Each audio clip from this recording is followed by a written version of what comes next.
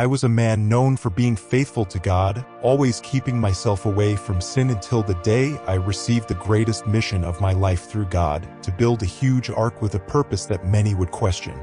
In this video, you will discover how I managed to face the unbelief and ridicule of people in a world dominated by sin and evil, thus signing a new covenant with God, and how you too can overcome all adversities just like me, even if they seem foolish to the world around us.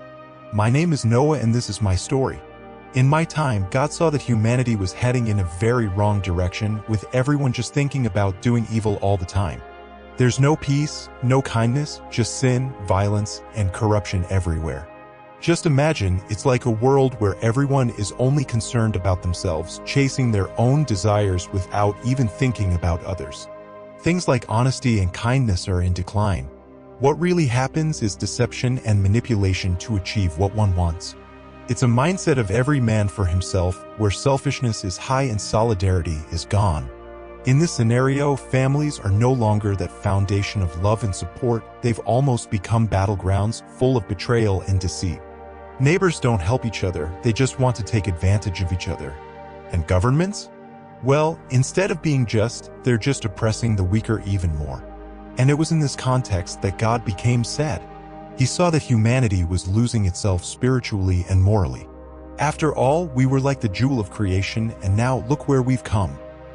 So, in this moment of pain, God made a really tough decision. He decided to reset humanity, to destroy everything he had created, from people to animals and birds. It was a heavy decision, but he saw it was the only way to deal with a world that was all messed up by sin. But hey, here's the good part. I, in the midst of all this chaos, ended up finding favor in God's eyes. I was saved by an act of divine kindness. The situation was really bad, with everyone just thinking about wrong things all the time. There was no turning back, corruption was everywhere, and violence was only increasing. And then, God took a look at me and saw that I was different. I had a good relationship with Him, something that stood out amidst all this mess. And that was my salvation in a time when the world was in chaos. Unlike many people of my time, I maintained a strong relationship with God and followed His ways. I didn't get caught up in the corruption that was going on, neither did my family. Of course, I'm not perfect, but I did my best to follow the commandments and live as God wanted. My 3 sons, Shem, Ham, and Japheth, also followed this path. In the midst of a people lost in sin, I was like a beacon of justice. My life was marked by integrity and obedience to God. Like my great-grandfather Enoch, I had a very close relationship with the Lord. While many were enjoying the pleasures of the world, I found my joy in serving and obeying God. God saw me as righteous, while the rest of the world was in total depravity. Violence, disrespect, and greed dominated the earth, and God was watching it all. He even told me that He was going to judge the wicked along with the whole world because corruption was everywhere. Just imagine the situation. The world is in total chaos, rampant corruption, and we're about to face divine judgment. But then, in the midst of all this confusion, I receive a message from God. A chance to survive, to save myself and my family. Instead of simply destroying everyone, God decides to preserve a small group of people, a remnant. And you know, I didn't even deserve this grace, but there it was, right in front of me. It's like grace isn't something we earn. It's something we discover when we seek it. And, in my case, it came in the form of a mission, to build an ark. God said, Noah, build a sturdy wooden ark. And it wasn't just any ark. It had to be large and with compartments to house all kinds of animals, with space for food and everything else. And you know what the trick was? Coating everything with pitch, something that made the wood waterproof. This ark wasn't just to save us from the impending flood, but also to serve as a reminder of past judgment and a warning of what was still to come. A sign of hope and warning at the same time. That was the mission I had in my hands, and I was determined to fulfill it. The ark was gigantic, man, like the size of a 30-story building. Just imagine, about 450 feet long, 75 feet wide, and 45 feet high. It was a true monstrosity, but it wasn't a regular boat, no. It was more like a barge, made just to float, not to sail around. And it didn't stop there. This ark had a window on top, a sort of skylight. And it wasn't just any window. It was a window that provided a view of the world outside, with a lid that could be opened and closed to control the entry of light and air. It was a well-thought-out feature to ensure that the people inside the ark wouldn't suffocate. When I started building this beauty, I must confess I felt a bit lost. Like, why was I building an ark this size? But I had to trust God's plan even though I didn't quite understand what the purpose of all this was. I was there, following the instructions God had given me when He shared a plan with me. He basically warned me that there would be a flood of water that would destroy everything and everyone on earth. Yes, that's right, every living creature would vanish. That became quite a responsibility. But you know what? In the midst of this grim judgment, God makes a promise to me. He says He will establish a covenant with me and that my family and I will be able to enter the ark to be saved from this devastating flood. God also gives me the mission of saving a pair of each species of animal to ensure that after the flood, the earth could be repopulated. So He tells me to bring food for everyone, both for me and for the animals. Imagine the stockpiling I had to do. Everything was prepared to accommodate over 35,000 pairs of animals. And let me tell you, we didn't have much time to do it. Did you know that the average size of a terrestrial animal is smaller than that of a sheep? That's right, and the ark was giant enough to carry a total of 136,560 sheep, and that's just with half of its capacity. Just imagine, there was plenty of space for all the other animals and for all the provisions we needed, like food, water, and shelter. So, God chose me to be His counsel, like the messenger of good news.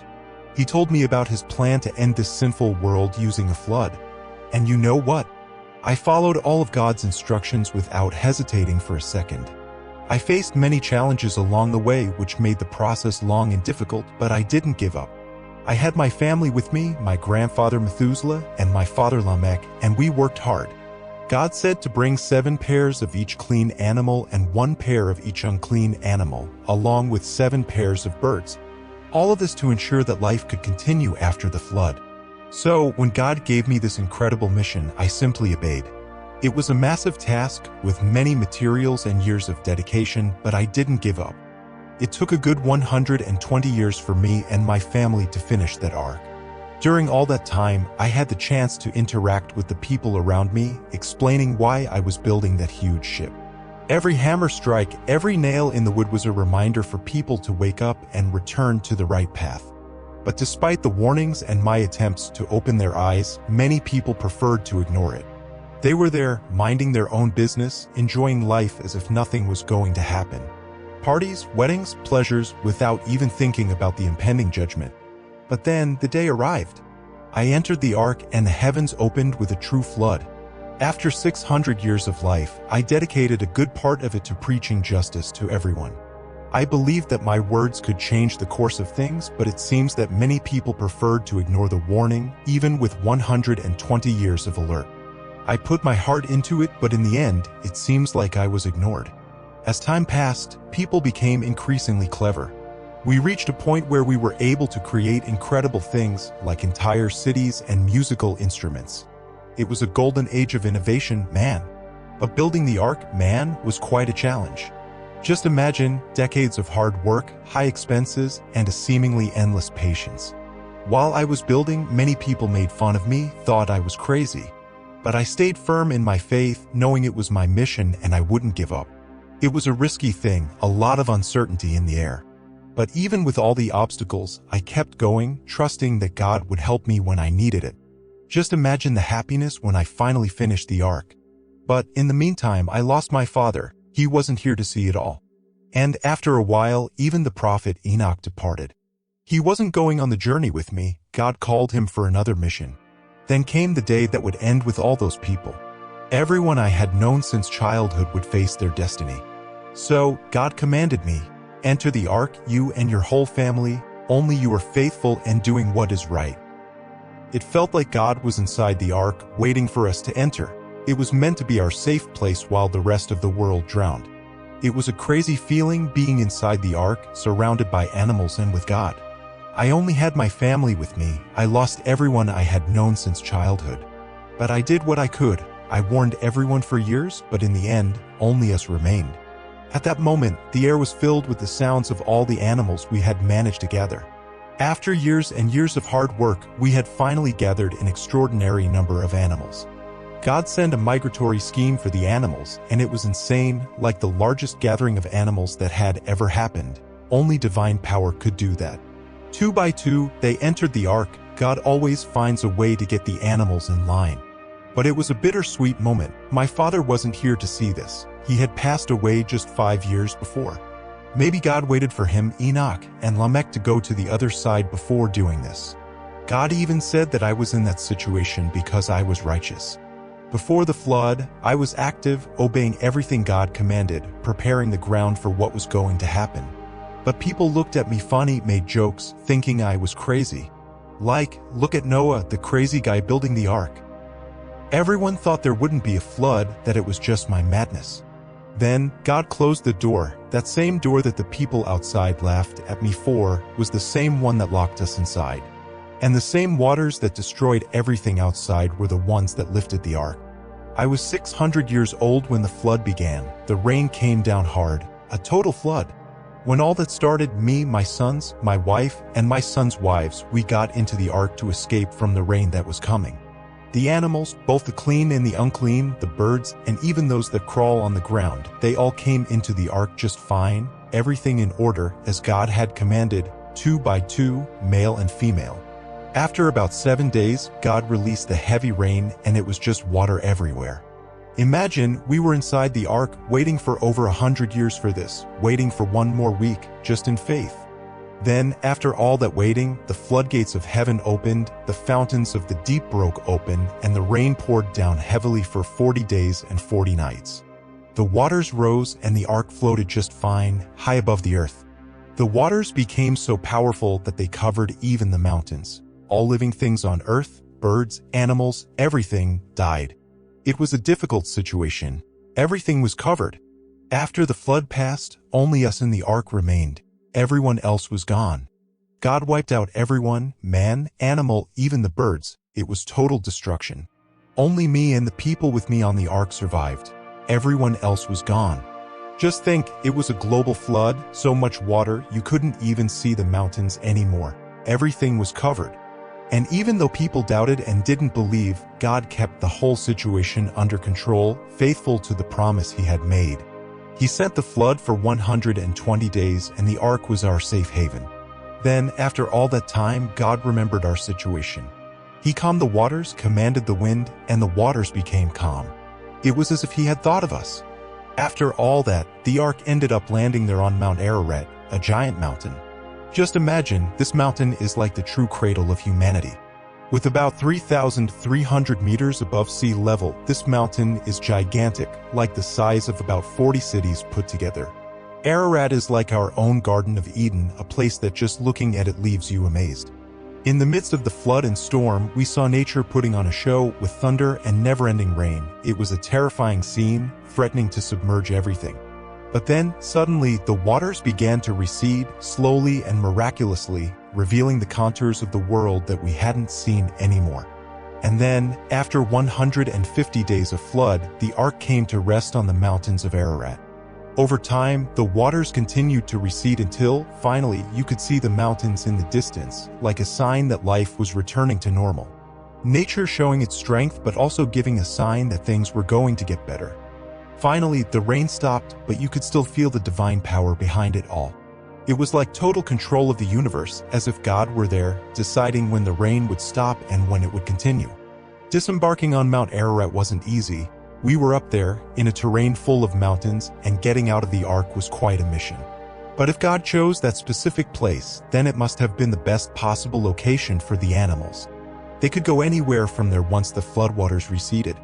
And when the water began to retreat, the peaks of the mountains, which had been hidden underwater, started to appear again.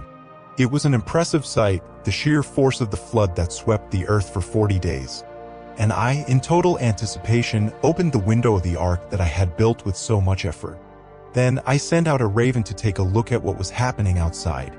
The bird flew back and forth until the waters dried up and the land was once again visible. We decided to send a dove to see if the waters had receded. I reached out to take the dove when it returned, holding it close to me, and we stood there, in anticipation, eagerly waiting for a whole 7 days. Only then did we decide to send the dove out again to see what was happening. and it came back with a leaf of olive in its beak. Just imagine the sight, a clean dove holding a leaf, a sign that the waters were receding. Then we waited another 7 days and sent the dove out again. And this time, it didn't come back. It was at that moment that it dawned on us. We realized that we had finally found dry land. The dove not returning meant that it had begun its new life on land.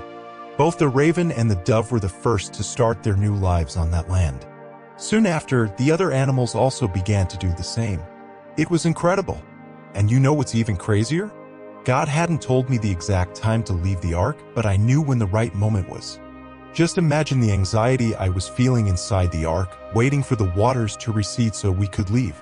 God had left the moment to exit a bit vague. He always gives us a hint of what's good for us, and then, after 601 years, it finally happened. It was quite a moment. On the first day of the first month, I looked outside and saw that the land was dry. You know the feeling of relief? It was like that. But we still stayed in the ark for a while, waiting for the right time to leave. Then, on the 20th day of the second month, God said, "Come out of the ark. You, your family, and all the animals with you." That's when it was a rush. We all came out in groups, each family of animals in their own, ready to start anew in a new land. After a whole year battling the storms, we finally emerged from the ark, alive and triumphant. It was a rebirth. A year full of challenges, but we were there, strong and ready to start over. I survived all of that to be able to tell you this story. Just imagine the earth bursting with life again, with all the animals coming out of the ark and repopulating the planet. It's like a total rebirth, bringing back all that sensation and diversity we had lost. I stepped onto that whole world full of possibilities. It was a somewhat mystical sensation. Right away, I decided to make an altar to the Lord, showing my gratitude and devotion. I chose the finest animals and birds from the ark to offer as sacrifices, the flames rising high as I humbly made my offerings. But the situation became even more intense when the final test of faith occurred. I had to make some heavy sacrifices, offering only 7 of each kind of animal from the ark. The risk was high, but I knew I had to do it. Sometimes you have to give your all, make sacrifices that truly hurt. It's about giving generously, offering sincere praises. Are you up for this challenge and to feel the thrill of giving yourself completely to God? When it comes to pleasing Him, it's not just about giving anything, it's about giving sacrificially, giving from the heart.